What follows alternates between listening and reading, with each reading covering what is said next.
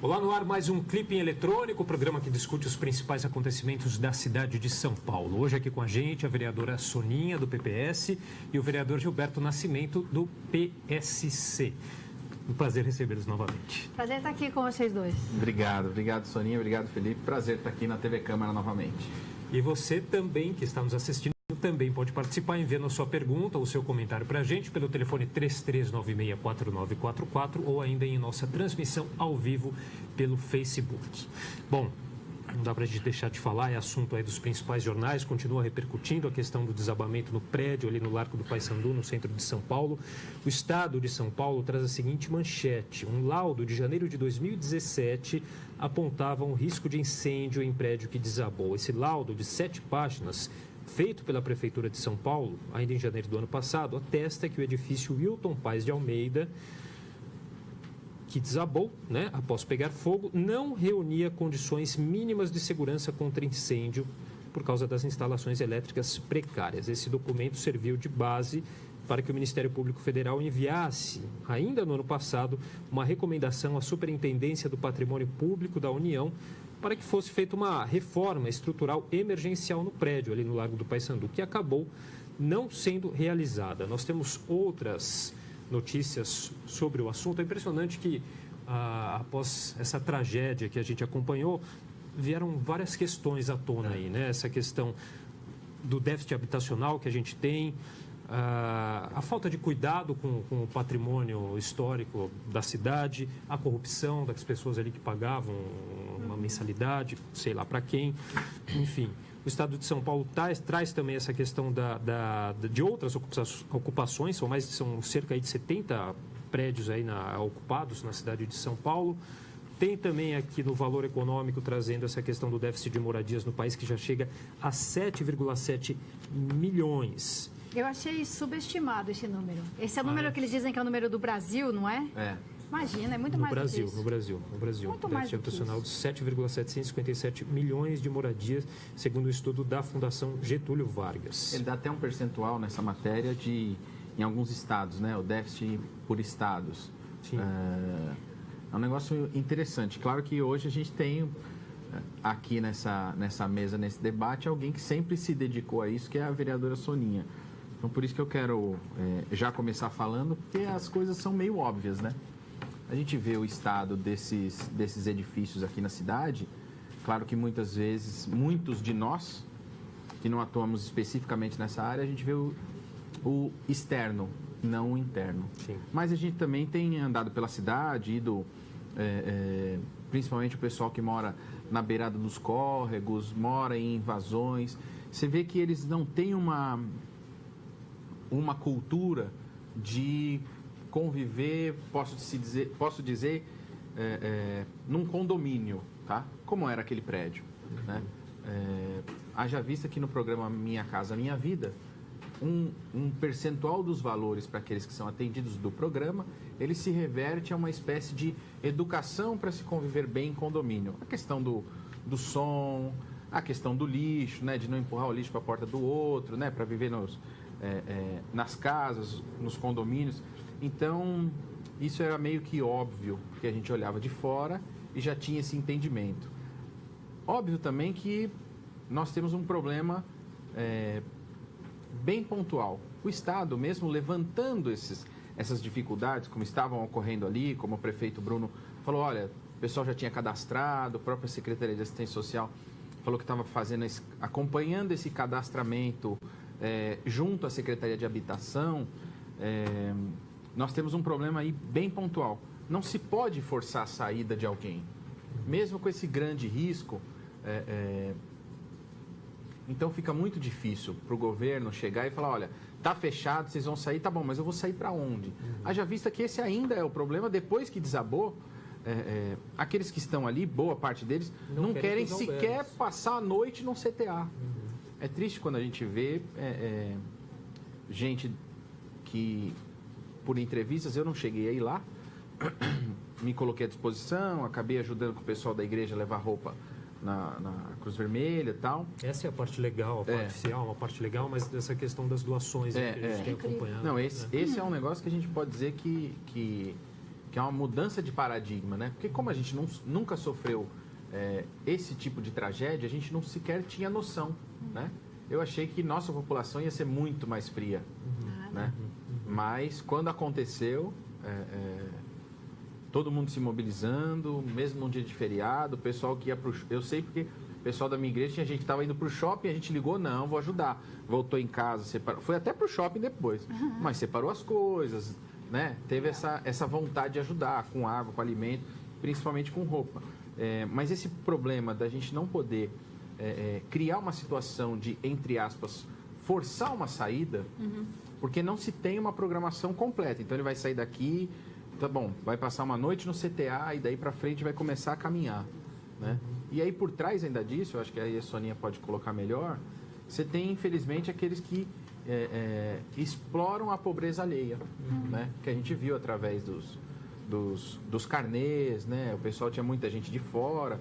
Então, é um problema muito complexo. E aí eu ouso dizer, principalmente nessa questão habitacional, e claro que toda ela tem uma raiz social, a gente pode até lidar com números, mas a gente tem que sempre olhar que são vidas e não simplesmente números. Muitas pessoas não querem deixar o local ali justamente porque ainda tem esperanças remotas, claro, mas no caso de tirar ali, de ver o corpo, né, dos entes queridos ali, de poder enterrar, e não querem sair ali do local. Vereadora, por que há essa resistência tão grande das pessoas para saírem dali também, fora esse motivo que eu citei, mas de ir para os albergues, enfim? Bom, os albergues, os centros de acolhida da assistência social, eles não atendem bem nem a população em situação de rua. E não é só por uma questão de é bem mantido, é mal mantido, é limpo, é sujo. Muitos centros de acolhida, inclusive os novos CTAs, eles têm uma estrutura razoável. Banheiros, refeitório, dormitórios, tudo. Muitos não têm nem isso. Não tem banheiros em quantidade suficiente, não tem a manutenção bem feita, a limpeza não funciona tão bem assim. Mas mesmo quando funciona tudo muito bem, o modelo é inadequado, é equivocado. É uma ideia antiga, tanto quanto a política de moradia antiga também já foi superada. O que era a ideia de política habitacional? Primeiro, teto e 4 paredes. Quanta gente precisa? Nossa, muita gente precisa. Então, vamos fazer 20 mil tetos e 4 paredes, onde couber. Onde cabe 20 mil? Lá na cidade de Tiradentes. Então, era uma ideia de você achar que se você entregar caixinhas para as pessoas, o problema habitacional está resolvido. Na verdade, você está criando um outro problema, né? Você tem lá em cidade de Tiradentes milhares de unidades habitacionais. Depois de muito tempo, chegou a creche, o transporte coletivo, que ainda é insuficiente, a infraestrutura urbana de modo geral, a atividade econômica, porque na favela você tem o comércio, você tem a rua comercial ali da favela, né? Tem pet shop, tem cabeleireiro, tem açougue, tem padaria, tem boteco, tem tudo. E aí você faz um conjunto habitacional que não tem nada disso. E depois você não entende por que não funciona. Por que a pessoa teve um apartamento lá e vendeu, e alugou e entrou na fila da habitação de novo? Por que a área que era para ser uma área comum virou um puxadinho, garagem, comércio? Então, a mesma coisa em relação à assistência social. Você faz uma contagem assim, quanta gente? Nossa, muita gente. Tem 15 mil pessoas, então precisamos criar 15 mil vagas. No fim, essas vagas são basicamente leitos. E aí, se nem para a população de rua isso contempla os perfis diferentes, as necessidades, imagina. E quando você tenta integrar, você tem lá uma família com 4 crianças. Se ela fosse moradora de rua, né, na rua, não teria um lugar para ela. Para essa mulher com 4 crianças, um casal que tem uma filha, que já tem uma outra filha. A assistência social não está preparada para isso, para a população em situação de rua, e nem para aquela que está em situação de rua, mas dentro de uma ocupação. Porque quem vive numa ocupação, naquela precariedade, também está na situação de rua. Não está morando. Está temporariamente abrigado e muito mal abrigado em algum lugar. Então, eu as compreendo. Às vezes você até olha e fala assim, pô, mas você não quis ir para o albergue, você preferiu ficar aqui, no chão da praça. Às vezes não é nem preferir. O albergue não tinha, a gente oferece. E aí você pensou assim, não, mas eu tenho que levar tudo isso aqui. Você fala, putz, não, realmente, então eu não tenho nenhum albergue para te oferecer. Está aqui R$400 de auxílio aluguel. Com R$400, você aluga um lugar numa outra ocupação. Ou então você vai alugar um barraco para lá da terceira divisão, entendeu? Então não adianta a gente achar que é simples e assim, não, era só arrancar as pessoas de lá que nada disso tinha acontecido. Não, é só oferecer moradia que isso não vai mais acontecer. Não, nunca é tão simples assim na base do é só. Agora, você tem que ter um plano. Assim, é complexo, mas então tem que começar de algum lugar. E às vezes a gente continua repetindo as soluções erradas de tempos, né, de antigamente, nem tão antigamente assim, como é a coisa do albergue. 10 mil vagas, 20 mil vagas, não é assim que resolve. 20 mil unidades de moradia em cidade Tiradentes, não é assim que resolve. Tem que ter o perfil das famílias, tem que ver qual que é a necessidade, qual que é a configuração de cada uma daquelas famílias, quais são os vínculos, as relações que ela tem. É super difícil, mas se ao menos começar a fazer nessa direção, já está mais bem encaminhado. E o secretário da Habitação tem feito um bom trabalho, mas aí ele tem 1 ano e 4 meses no cargo. Um chucre, né? É. Bom, a gente tem uma CPI, foi aberta uma CPI para investigar aí, algumas questões, né, aqui na Câmara em relação a... Foram colhidas as assinaturas ontem, dada a entrada já de manhã.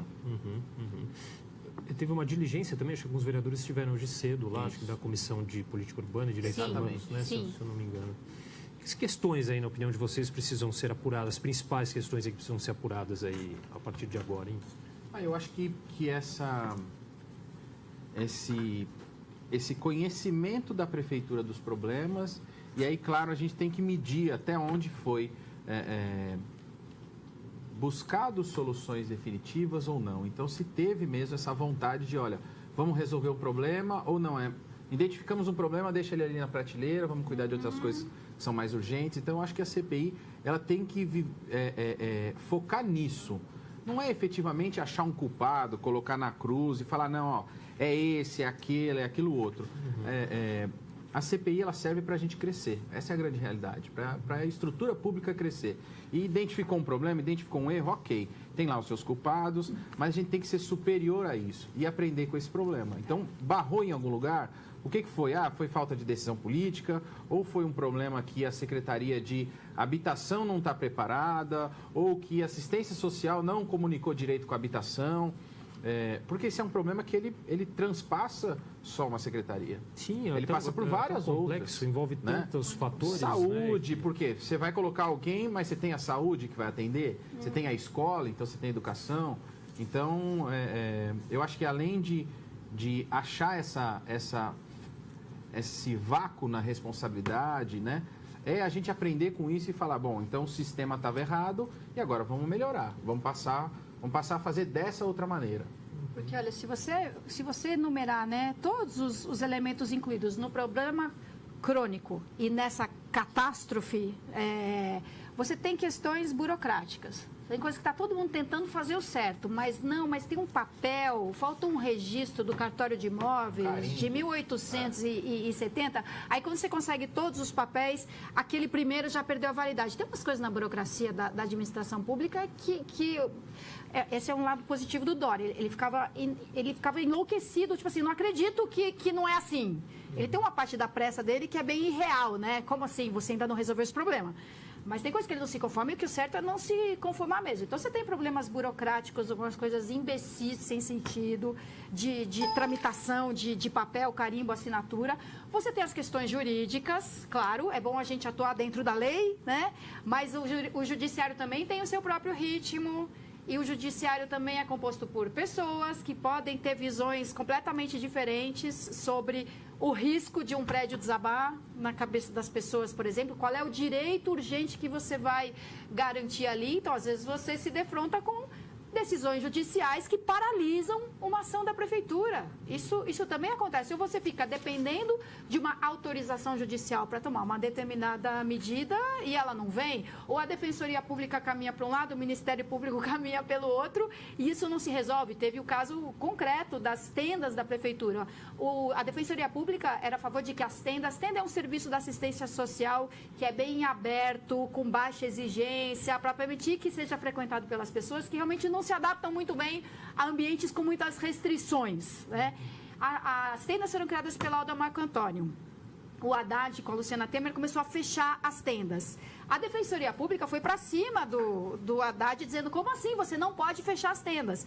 O Ministério Público era a favor do fechamento das tendas. Então, você tem esse tipo de entrave, você tem a dificuldade da sociedade civil mesmo, que também tem demandas diferentes, organizadas, desorganizadas, interesses escusos navegando. Aí no meio tem muita gente que não tem interesse na solução de problemas. A pessoa ganha muito mais com problemas não resolvidos. Você tem questões orçamentárias, digamos que deu tudo certo, a Justiça tomou a decisão que você considera que era a mais correta para aquela situação, os órgãos públicos estão todos de acordo, aí cadê o dinheiro para pagar a desapropriação? Então,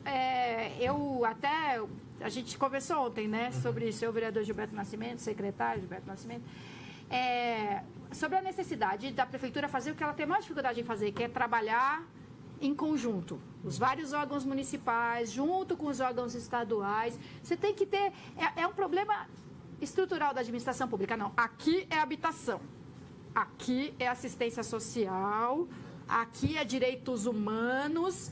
Então, a gente precisa criar um novo... O ideal seria mudar toda a estrutura, que o orçamento não fosse dividido assim, em caixotinhos, mas ele é. Então, as pessoas que têm que se movimentar dentro dessa estrutura para construir comitês, grupos de trabalho, práticos, efetivos, botando todo mundo junto ali. Agora mesmo, teve um conflito agora no CISART. CISART é um centro cultural que funciona num espaço público da prefeitura, onde era o antigo albergue Pedroso, que foi fechado porque não tinha condições de salubridade ali. Na gestão passada, a prefeitura cedeu as instalações do antigo albergue para o Movimento Nacional da População de Rua, que tem parceria lá com a Universidade Mackenzie, com a Unisol, Universidade Solidária e tal. E aí conseguiu-se, a base de um acordo bem trabalhoso, providenciar lugar para as pessoas irem para lá, para o CISART, agora nos próximos dias, na emergência. Primeiro, as pessoas não queriam ir, realmente, assim, não, vocês vão me enfiar no albergue. Eu não quero ir para um albergue. Não, não é isso, não é assim, calma, vamos lá, vamos conhecer tudo. Aí, quem estava ajudando muito o pessoal da Cruz Vermelha. Eles têm experiência em catástrofe, eles têm know-how, sabem como administrar os conflitos que surgem ali, os desentendimentos, é normal. Mas aí... Quando a Cruz Vermelha tem a sua prática muito boa, a prefeitura não tem a prática muito boa nisso, não tem o protocolo, a organização. Entraram num conflito lá no CISART que a Cruz Vermelha chegou e falou assim, não, então tá bom, olha, fiquem vocês aí com, sabe?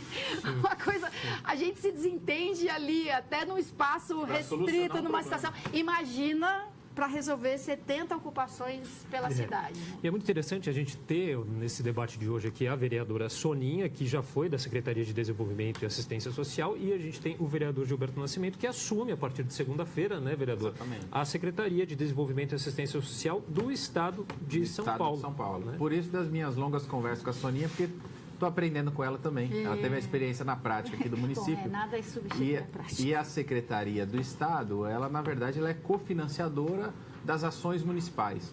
Então, é importante ter essa visão do que é do município, por isso da minha aproximação. E a Soninha sabe que é legítimo. Desde o meu começo do mandato, eu venho trabalhando em cima dessa área social, né?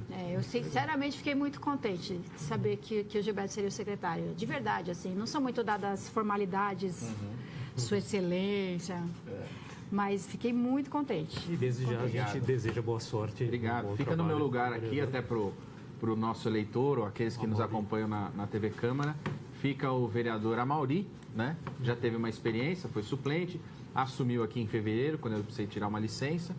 Então já tem um bom caminhar, nosso gabinete continua, aqui, já veio no programa, não é isso? É mesmo. O gabinete continua à disposição e com excelentes vereadores, e eu agora lá no Estado continuo à disposição, fazendo o melhor de mim. Tá certo.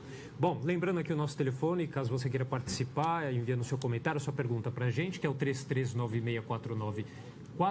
Você também pode participar através do Facebook, na nossa transmissão ao vivo.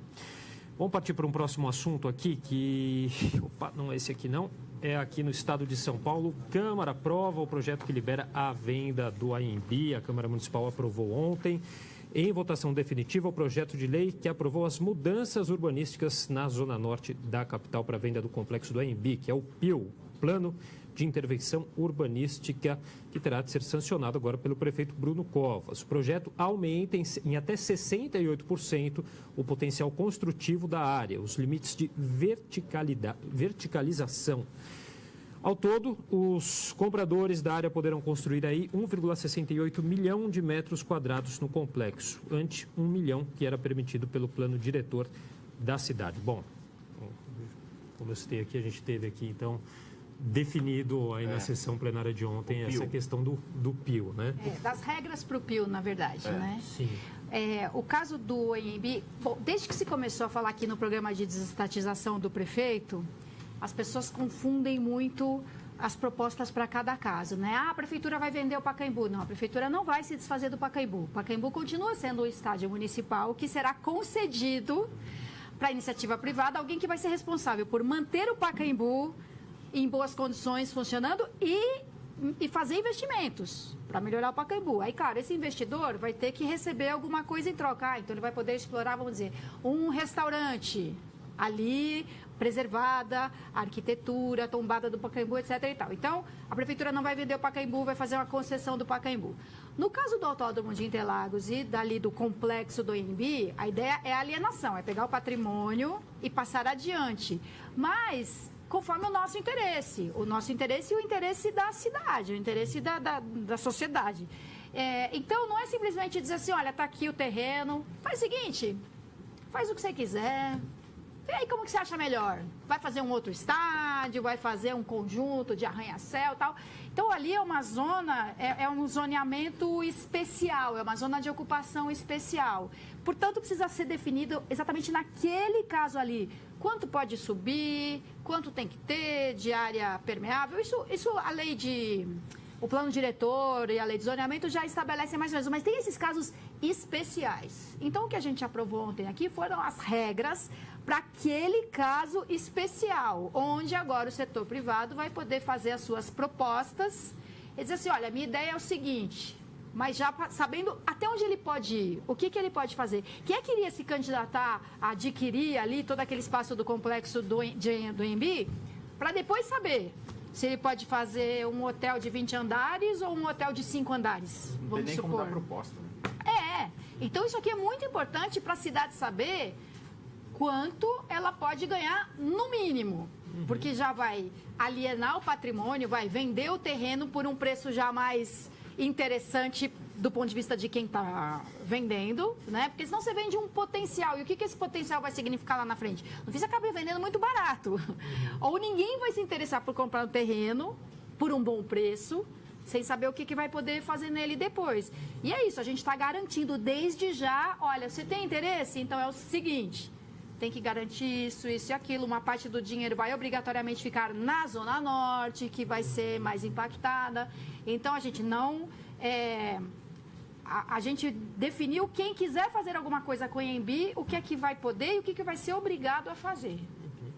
Uma aula do vereador sobre a questão. Já foi uma aula, mas é importante salientar que nós, como representantes, vereadores, a gente tem sempre deixado claro nas audiências públicas ou nas nossas votações aqui, deixando bem claro que, assim, nós estamos brigando pela cidade, né? Porque a cidade é a dona. Eu tenho parte, você tem parte, ela tem parte em cima dos nossos impostos. Nós somos donos ali do complexo do ANB. Então, foi fundamental o estudo de cada um, quem pôde trazer propostas. Eu fui um daqueles que, junto com outros vereadores que somos da Zona Norte, trabalhamos muito bem isso para tentar, já que é a nossa vitrine da Zona Norte, como a gente costumava dizer aqui no plenário, já que é a nossa vitrine, então a gente tem que ter um percentual específico ali na Zona Norte, porque nós já temos um limite natural de crescimento, uma barreira natural, que é a Serra da Cantareira. Então a gente não tem muito para onde crescer, a gente precisa, o que já tem precisa evoluir. Então nada mais natural quando você vende um produto de vitrine que você coloque parte dele dentro da reforma da sua loja, né? É essa a visão que a gente teve aqui e que nós conseguimos definir lá atrás. E o PIO ele vem para regulamentar, né? Esse crescimento, quando você fala aí, olha, agora pode construir um ponto, alguma coisa... 1,68. 1,68 milhões de metros, isso. Não é isso? Quadrados. Esse crescimento, claro, que foi objeto de muito estudo, porque nós tivemos que pegar a legislação anterior, adaptar, não pode sair muito fora. Claro, é um caso específico, como a vereadora Sonia falou, é um caso específico. E o crescimento, dessa metragem, ele é naturalmente positivo. Né? Porque nós estamos chegando para o mercado e dizendo, olha, eu estou te vendendo esse copo d'água. Se esse copo d'água ele não fosse transparente, fosse todo preto, você nunca ia saber o quanto de água você ia colocar. Na hora que eu chego e falo, olha, as regras estão aqui, esse é o copo de água, né? Que foi isso que a gente fez no PIO. Torna mais atrativo, né? Até para o investidor. Porque ele consegue enxergar. E aí, uma das discussões foi, olha, nós temos um problema aqui, porque alguns vereadores batiam o pé dizendo, olha, a gente tem que conservar o espaço de eventos, né? Gente, é um negócio muito claro. Quem está comprando, quem está pagando, é óbvio que para pagar um valor, como a gente imagina que pode ser, até porque hoje nós temos uma noção de mercado, né? Para definir isso, todo mundo ouviu do mercado, ouviu o tamanho dos estudiosos que falavam, olha, hoje valeria tanto o metro quadrado. É óbvio que alguém que vai fazer um investimento tão grande como esse, vai ter a noção de se precisa fazer uma sala para 200 pessoas ou uma sala para 1.000. Porque só traz mais valor ao investimento dele. Pode ser que chegue amanhã alguém, e aí por isso que a gente tinha que, em alguns momentos, quebrar algumas barreiras, uns paradigmas nas discussões aqui. Pode ser que chegue amanhã alguém maluco e fale, olha, eu compro e vou fazer um cinema a céu aberto. Mas para ele dá lucro. Agora, pagando aquilo que vale a pena, é o que é bom para o município. Exato. Né? E isso já está definido. Nós temos 6 vertentes, primeiro educação, depois saúde, 6 pontos fundamentais que foram definidos já na primeira votação para onde vai esse dinheiro, né?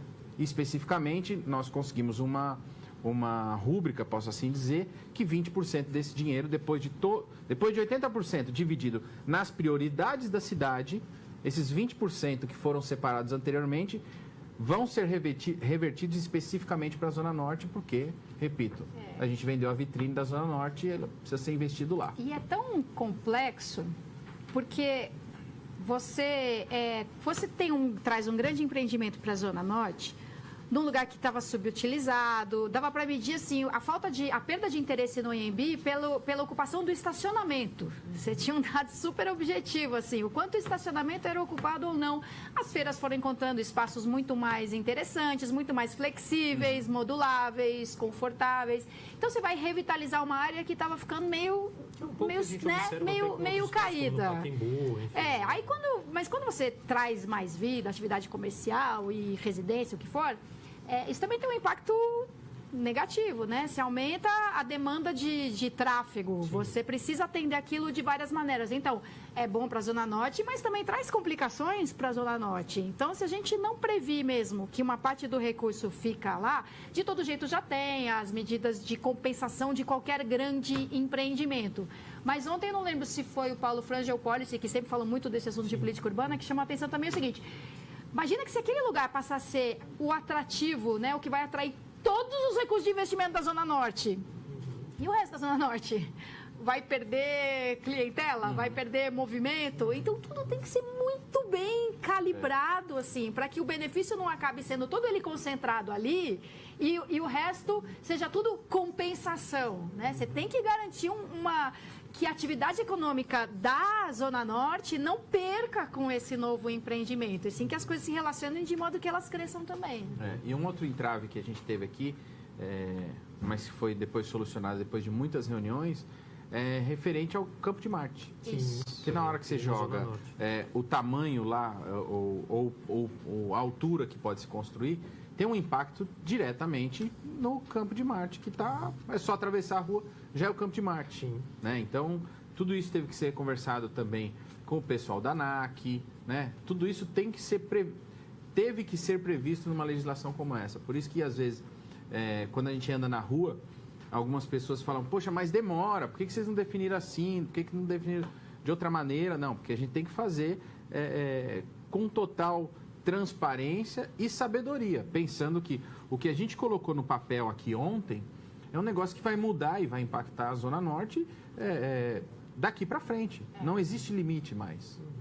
Aí olha como é difícil avaliar o trabalho do Legislativo e de cada vereador. O eleitor vai chegar para o Gilberto Nascimento e falar assim, vereador, o que você fez aqui pela gente?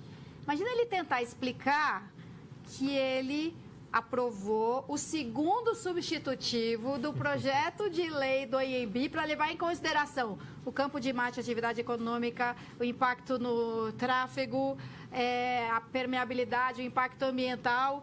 Isso tem implicações com investimentos públicos em várias áreas, com o quanto de dinheiro a prefeitura pode receber nesse negócio aí de alienação de uma parte do seu patrimônio. Tem um impacto gigante. As pessoas, jornalista, eleitor ou sociedade civil, perguntam assim, que leis o senhor fez, vereador? E a gente tem a maior dificuldade. Vocês ajudam a gente nisso. Por isso que é bacana que vocês podem explicar, para as pessoas entenderem um pouquinho mais. É uma oportunidade, né? Vamos lá, outra notícia aqui na Folha de São Paulo. Novo contrato de luz para São Paulo restringe a concorrência. Enquanto não se resolve o imbróglio da maior PPP da iluminação pública do mundo em São Paulo, que foi congelada para investigação após suspeita de fraude neste ano, a Prefeitura lançou uma consulta pública para uma espécie de contrato tampão. Mas a iniciativa vem sendo criticada. Empresas que gostariam de se candidatar a uma reedição da concorrência para a prestação do serviço de manutenção da iluminação, consideram que o texto da consulta traz exigências difíceis de serem atingidas. Por exemplo, se o texto for mantido, novos candidatos terão de mostrar atestado de que executarão manutenção em redes de iluminação em pelo menos 250 mil pontos em 12 meses ininterruptos. A exigência é considerada alta até para consórcios. Esse é o ponto que eu menos tenho condições de me pronunciar. Eu não sei se essa é uma exigência razoável ou não. São Paulo tem mais de 600 mil pontos de iluminação. Aí é porque as empresas dizem assim, não, pera, eu já fiz mais de manutenção de 1 milhão de pontos de iluminação, mas não no período de 12 meses. Então, talvez realmente nesse período não seja necessário, não haja muita probabilidade de que você precise fazer a manutenção de 250 mil pontos. Mas talvez alguém me diga, imagina, isso é o mínimo. A gente acaba fazendo 250 mil em 6 meses. Então, essa parte aqui, eu não sei dizer quem tem razão e só estudando para saber. Agora, um dos possíveis concorrentes reclama assim, eles exigem experiência em túneis grandes. São muito poucas as cidades que têm túneis grandes. Sim, claro. São Paulo, realmente, as capitais são poucas, com 12 milhões de pessoas, uma só. Então, eu não sei se isso realmente é uma exigência descabida, porque o que eles dizem é o seguinte, não, botaram várias exigências aí, que é para no fim continuar a FM Rodrigues mesmo. Eles não querem que venha ninguém de fora. Mas, realmente, precisa saber fazer manutenção de iluminação em túneis grandes. E se são poucas as cidades que têm, isso não tira a necessidade de conhecimento. E aí até o empresário alega o seguinte, a complexidade é a mesma do ponto de vista elétrico, de mão de obra e de produto. Mas, desculpa, de logística, não. A operação de manutenção dentro de um túnel, e os túneis são de dimensões diferentes, largura, altura, urgência diferente. Alguns túneis podem ser interrompidos mais tempo, outros não. A fiação, uma coisa é fiação aérea, fiação subterrânea, a fiação embutida num túnel. Então, eu vejo que não é tanto faz trabalhar dentro de um túnel ou fora de um túnel. Mas também pode ser que alguém me exponha e diga que não, que isso que eu estou falando não tem nada a ver e ele tem razão. Eles também reclamam o seguinte, mas é um contrato só de 1 ano, podendo prorrogar por mais um tempo. Isso inviabiliza investimentos. Sim, claro, é um contrato tampão. A gente espera que o processo seja retomado o quanto antes. Então, não vai ser uma prorrogação de emergência, mas é um contrato de um prazo curto. Então, eu até concordo com eles. Eu vou entrar numa concorrência, que eu vou ficar 1 ano, vou contratar e demitir, pagar a indenização trabalhista, vou alugar 70 caminhões e eu não posso alugar por um prazo tão curto. Então, isso não me interessa. E agora, eu não sei se isso teria alternativa. Se tem como você fazer realmente um contrato que não caracteriza mais a prorrogação emergencial, mas um período de transição aí, então você faz o quê? Faz por um tempo maior? Alguém vai contestar isso. Não, pera, como assim? A gente está num processo de uma grande transformação. Aí você vai fazer esse período intermediário aí por mais de 5 anos, que é para poder ter mais concorrência? Eles questionam também o fato de não dividir em lotes menores. Isso eu sempre questiono. Mas isso para PPP em si. Eu não acho que agora no contrato tampão tem condição.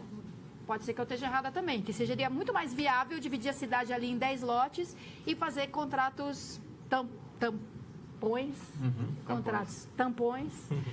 para esse período. A parte que eu achei mais questionável mesmo foi dizer assim, não, imagina, para que túnel? Tanto faz, trabalhar em túnel é a mesma coisa que trabalhar em outros lugares.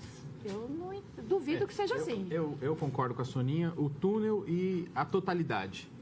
Podia ser dividido mesmo, até para dar oportunidades, por exemplo, você tem regiões que você não tem túneis com tanta dificuldade e você pode criar um lote ali.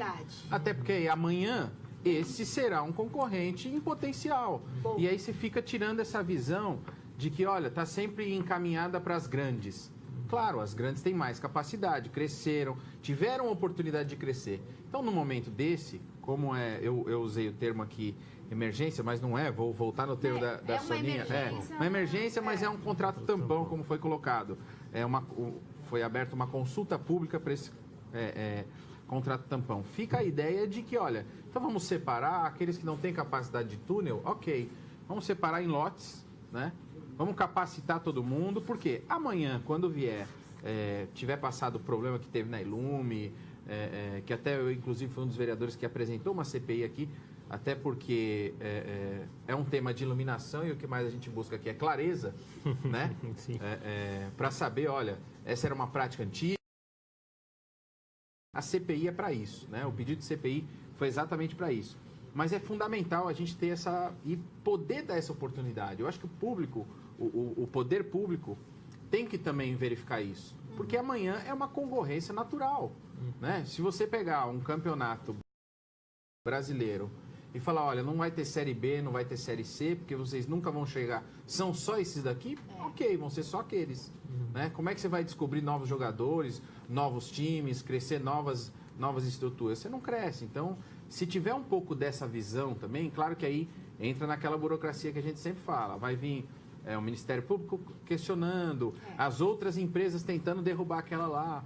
Mas aí hoje como é. Hoje é como funciona assim. Então, tem esses entraves. É uma das modalidades de dilemas gigantescos de poder público e principalmente numa cidade desse tamanho. Uma das modalidades é o urgente e o longo prazo. É o que a gente lida em relação à habitação, por exemplo. E o outro é descentralizar, e isso tem uma série de vantagens, o controle, a fiscalização ali em loco, né? Você não está fiscalizando 600 mil lâmpadas, você está fiscalizando 10 mil.